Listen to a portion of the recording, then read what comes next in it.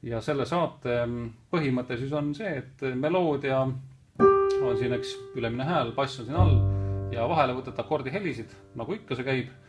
Ja selles loos siis kogu aeg teisele ja kolmandale kaheksandikule.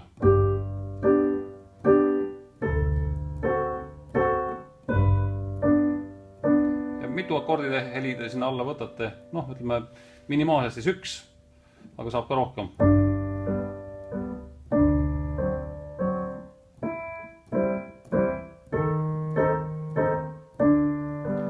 Bass võib mängida pikki noote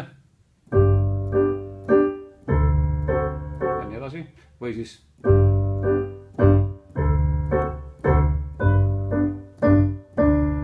ja siis selline tehniline nüanss on see, et meloodia peaks kõlama siit natukene kõvemini kui akordid.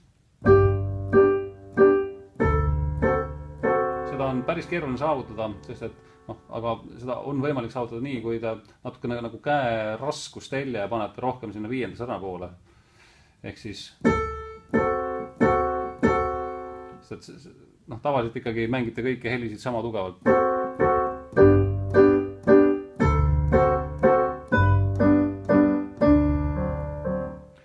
Aga jah, et seda saab harjutada ka niimoodi, et te hakkate mängima seda nooti ja akordi helisid nii, et kõigepealt mängite selle meloodia noodi ja siis akordi helid hästi vaikselt juurde.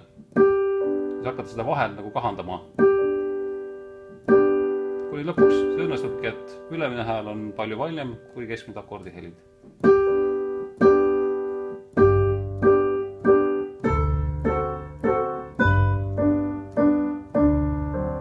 Siis on nagu lihtsam, kui on pikk noot. Siis saate need vaiksemalt mängida.